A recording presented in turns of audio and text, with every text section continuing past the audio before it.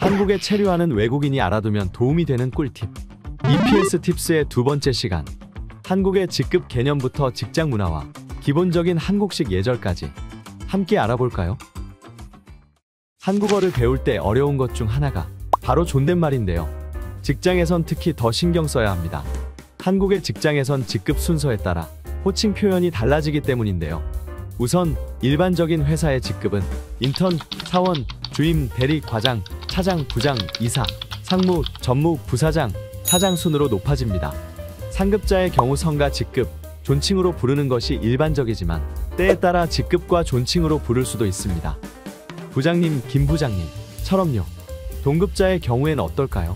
존칭을 빼고 성과 직급으로 부르면 되는데요. 같은 직급이지만 본인보다 입사가 빠르거나 나이가 많다면 상급자와 같은 호칭을 사용하는 것이 좋습니다. 하급자의 경우엔 동급자와 같은 호칭을 사용하면 되는데요. 마땅한 직급이 없다면 땡땡씨 혹은 땡땡님으로 부르기도 합니다.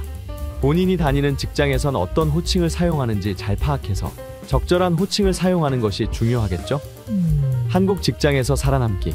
그 첫걸음인 직장 내 올바른 호칭 예절 기억해주세요. 호칭뿐만 아니라 기본적인 인사말도 달라집니다.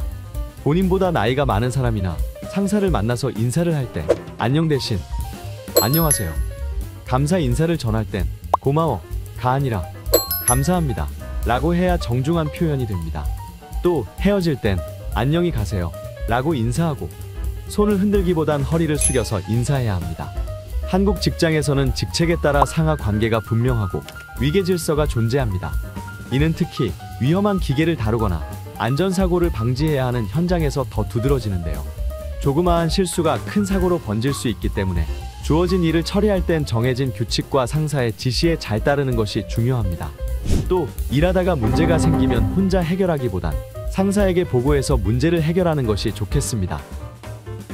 이 외에도 조직 생활하는데 알아두면 좋을 기본적인 한국 에티켓을 알아볼까요? 기본적으로 상대방에게 예의를 갖추기 위해선 상사에게 뭔가를 건넬 때 두 손으로 건네고 받을 때도 두 손으로 공손하게 받는 것이 좋습니다.